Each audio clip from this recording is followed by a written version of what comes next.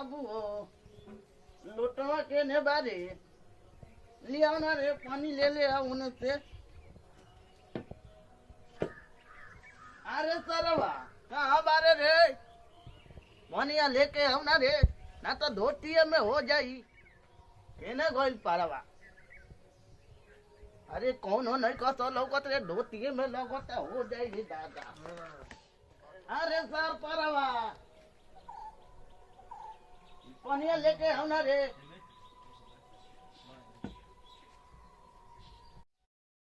अरे सर कौन हो नहीं कहता लेके आओ झारा लागल बाटे धोतिये में हो जाई। कहाँ गइल सर रे।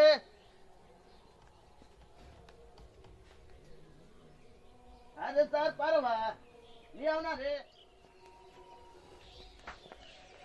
कहाँ बड़ाइल रहेला ना सूते देला केहू के ओ बच्ची लाता नहीं सुनते नहीं कुछ थे खाली बड़ाइल रहेला रखो नहीं चावा ना सूते ना केहू के सूते देला। जा मैदान जा अयो तो चाय पिए के बा।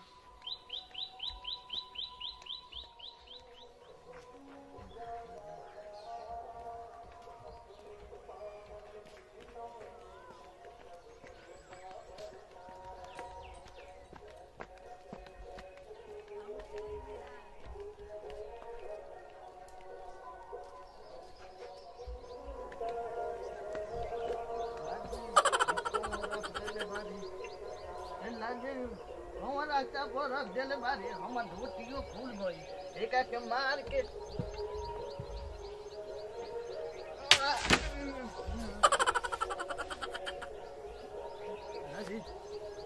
हट तो नहीं घेरे तो बाहर का भारी बात है।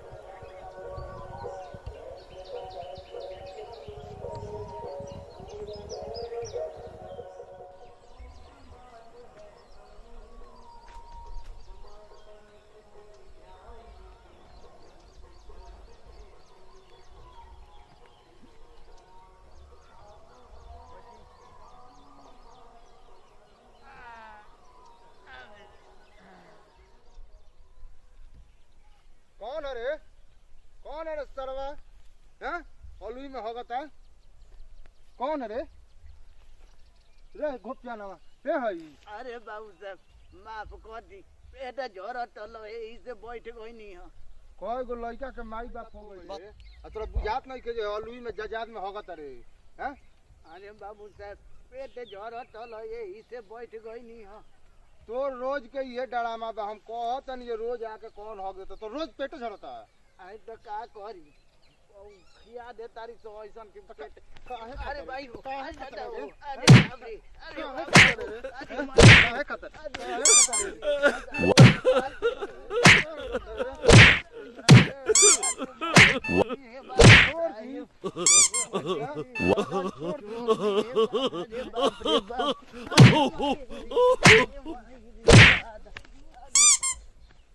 अच्छा वो तारी बाबू साहब तारा के अभी दूर पर के पानी आवतानी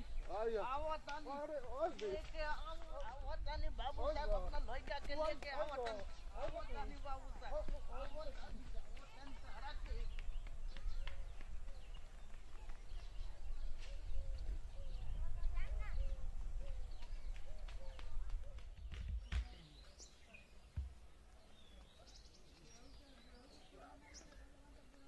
अरे सर बाबू साहब मार के कमर टूट डले बारे। अरे बाप रे अरे दादा रे अरे कहाँ बारो सर पारवा। अरे बाबू हम थाना रे बाबू साहब मार के तो हमरा के गोर टूट डले बारो। अरे कहाँ गइलो सर अरे पारवा कहाँ गइलो सर का भोरे भोरे चिल्लाइले बारो। अरे बाबू साहब तो मार देलन हमरा के हेने दर्द करता है ओने डॉक्टर काहे खाती हो? मार देलन काहे खातिर मरला हन? अरे कोई रनी हो झाड़ा फिरे अब कोई झरनी हो अब मार दवा पीछे से आके हमरा के बहुत मार देले बारा। लोटा हलाई लेके झाड़ा फिरे कहां गइल रहला तू? अरे लोटा वो छीन ले बाटे। त का इज्जत बा चल बता रहा बाबू साहब करत रहा। डंडा लिया तोनी सके बात बनावत तो हमरा के मार के पूरा लियो लाठी लियो चल ए तोनी निकाल लाठी बाबू साहब देखल जाओ। अरे चल आगे चलो तू कोई हमनी तू लाठी दे चल कौन सारा मार लगा चल तो बैठल बा सार के गोर ना दूर दे चल तू अब बैठल बाटे तू चल खाली दिखावा तो तनी चल चल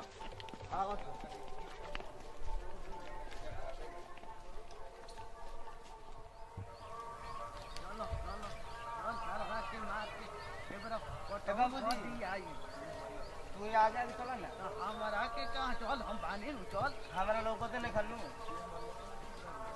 चल ना चल ना चल ना आगे घंटा हम चला तनी क्या बताओ तो तनी चल तू इनके पीछे पीछे चल तू क्या कहां बा बताओ तो तनी कहां बा? अरे हो का होते बाटे वही जी खेतवा में साहब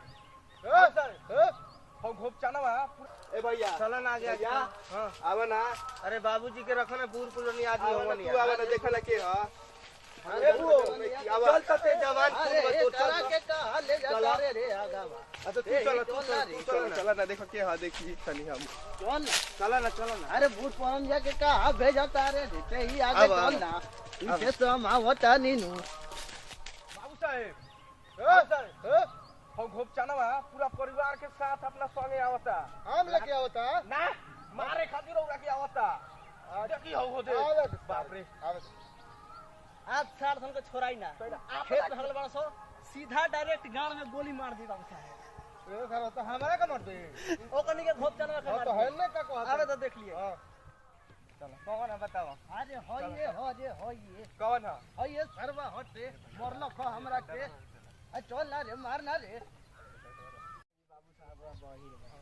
का रे का कहता हम ही रही अरे ना बाबू सब अपने बतिया उतर सो तेरी बागल कैसन बनी बा? समोसा नहीं के बनल पियाटन के दुकान में देखो बाग तब समोसा के का हमरा कैसे कितना पता बा?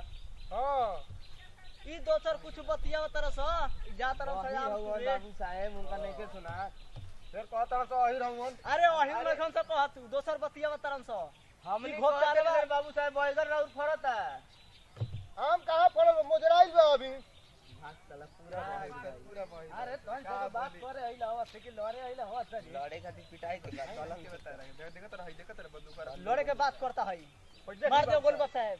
अरे ना ना ना कुछ ऐसा नहीं अरे, के अरे नहीं के कुछ बाबू साहब छोड़ी छोड़ इशारा छोड़ के मार मार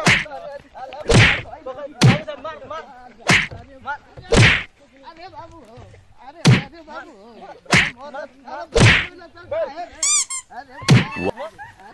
छोड़ के बा छोड़ दिया सर के अब एक और हो गल काम छोड़ दिया अब याद दिया कुदारी ना बाबू छोड़ साहब दिया अब ना होगी एक और हो गल काम अब चले के चलो तो हमनी के सब टाइम याद रखियो अभी कहियो जे हो गेले ले ला का भइल बाबू बाबू का भइल हो का हो गई का गले से नौकरी के फ्री का गले से अरे परवा का हरले रे ते अरे गोर लिए तलवार लिया वे इतना लंबा हमारा के मार के चूल निकाल ले लो सब बाबू साहब सरवा का गइला सन का अरे भैया तना ते है जा तो अभी तो हम तलवार लिया गोर ने काट देती सर कुट्टी कुट्टी एगो एकदम बूटी काट के निकाल देती चली अब चली घरे चल दिया घरे रवा के बुझाइबे ना करेला ढेर मरला ढेर मरला